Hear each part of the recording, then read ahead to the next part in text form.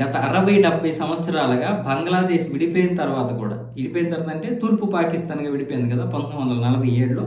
తూర్పు పాకిస్తాన్, అది పశ్చిమ పాకిస్తాన్. ఈ తూర్పు పాకిస్తాన్ 1971లో స్వాతంత్రం వచ్చిన అంతకు ముందు నుంచి తూర్పు పాకిస్తాన్ గా ఉన్నప్పుడు కూడా చాలా మంది వచ్చేసారు. భారతదేశంలో 8 కోట్ల మంది ఉన్నారు. అంటే వాళ్ళు ఎన్ని సర్టిఫికేట్లు చూపించినా, పౌరసత్వం చూపించినా అది అక్రమమే. విడిపోయిన తర్వాత ఇక్కడ ఉన్నటువంటి వారు వెళ్లకుండా ఇంకా మళ్ళీ తిరిగి అటు నుంచి ఇటు వచ్చేసారు కాంగ్రెస్ హయాంలో.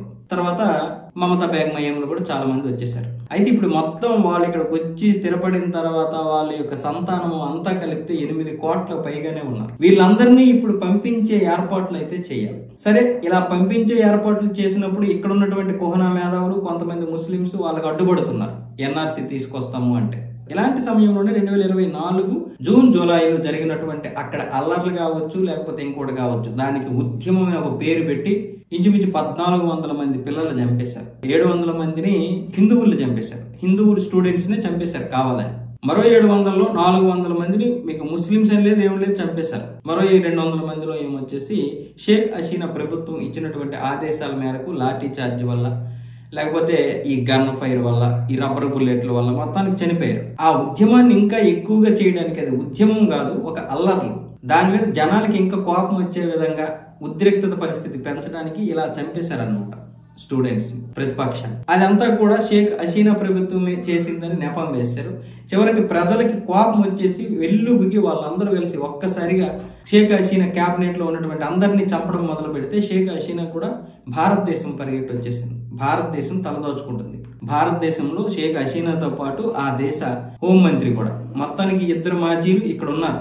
ఇప్పుడు బంగ్లాదేశ్ ఏమొచ్చేసి ఇంటర్నేషనల్ ట్రిబ్యునల్ కోర్టు ద్వారా ఉరిశిక్ష వేయించింది. అంటే సుప్రీం కోర్టులో కొన్ని అధికారాలు లేకపోతే ఆర్టికల్ మార్చి మరి ఆవిడకైతే ఉరిశిక్ష వేయడం జరిగింది. సుప్రీంకోర్టులో చాలా మంది ఇది అన్యాయము, తప్పు అంటే 17 మంది జడ్జిలు మార్పించి మరి ఇప్పుడు కొత్తగా నియమించి వాళ్ళు అక్కడ ఉన్నటువంటి న్యాయవాదులందరూ ఆ జడ్జిల మీద తీవ్ర ఒత్తిడి తీసుకొచ్చి ఉరిశిక్ష వేయడం జరిగింది. ఇప్పుడు షేక్ హసీనాని వాళ్ళు ఇమ్మంటున్నారు, లేదంటే రెడ్ పోల్ ద్వారా ఆచరించి అక్కడ రెడ్ పోల్ ద్వారా కూడా రెడ్ నోటీసులు ఇమ్మంటున్నారు భారతదేశానికి. సరే, మనం షేక్ హసీనా ఉంచుకోవాల్సిన అవసరం మనకేం లేదు, కాకపోతే ఆవిడని రక్షించాల్సిన బాధ్యత మన మీద ఉంది. కాకపోతే ఆవిడని ఇవ్వచ్చు, దాదాపు 8 కోట్ల రోహింగ్యాలతో సహా ఆవిడని ఇచ్చేవచ్చు. వీళ్ళని మనం ఎందుకు పెంచాలి? వీళ్ళని మనం పెంచి పోషించాల్సిన అవసరం ఏంటి? బీజేపీ ఇప్పుడు ఇంచుమించు 130,000 2 లక్షల మంది వరకు ఇంచుమించు తోలింది రోహింగ్యాలు.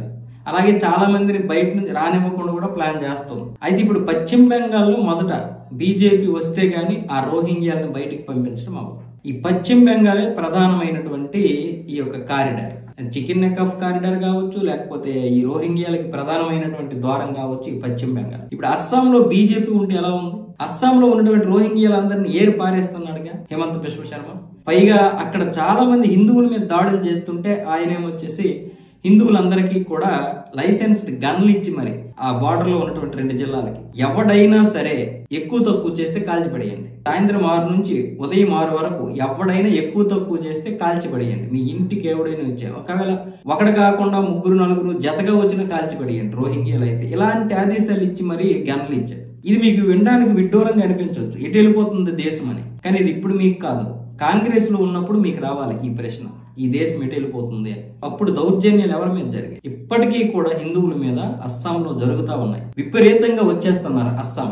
అటు నుంచి రాకుండా కట్టుదిట్టమైనటువంటి సెక్యూరిటీ ఏర్పాటు చేశారు. ఇప్పుడు మొత్తం అన్ని ఒక 6-7 రాష్ట్రాలు ఏవైతే ఉన్నాయో, ఈ సరిహద్దు పంచుకున్నటువంటి రాష్ట్రాలన్నింటినీ కూడా మొత్తం పూర్తిగా కట్టుదిట్టమైనటువంటి సెక్యూరిటీ ఏర్పాటు చేశారు. 3 అంచెల సెక్యూరిటీ ఇప్పుడు ఏర్పాటు చేస్తున్నారు. 3 అంచెల సెక్యూరిటీ. అయితే 8 కోట్ల మందిని మనం ఇప్పుడు ఎందుకు పెంచాలి, పోషించాలి? వీళ్ళందరినీ మన రేషన్ వీళ్ళు తినేసి మన మీద దౌర్జన్యాలు చేస్తూ ఇంత చేస్తున్నారు కదా. ఇప్పుడు కనుక మనం ఈ 8 కోట్ల మందిని కూడా మేము పంపించేస్తాం షేక్ హసీనాతో పాటు అని ఇప్పుడు మనం ఫిట్టింగ్ పెట్టగలిగితే ఖచ్చితంగా బంగ్లాదేశ్ దిగి వస్తుంది. బంగ్లాదేశ్ దిగి రావడానికి ఇది ఒక్కటే మార్గం.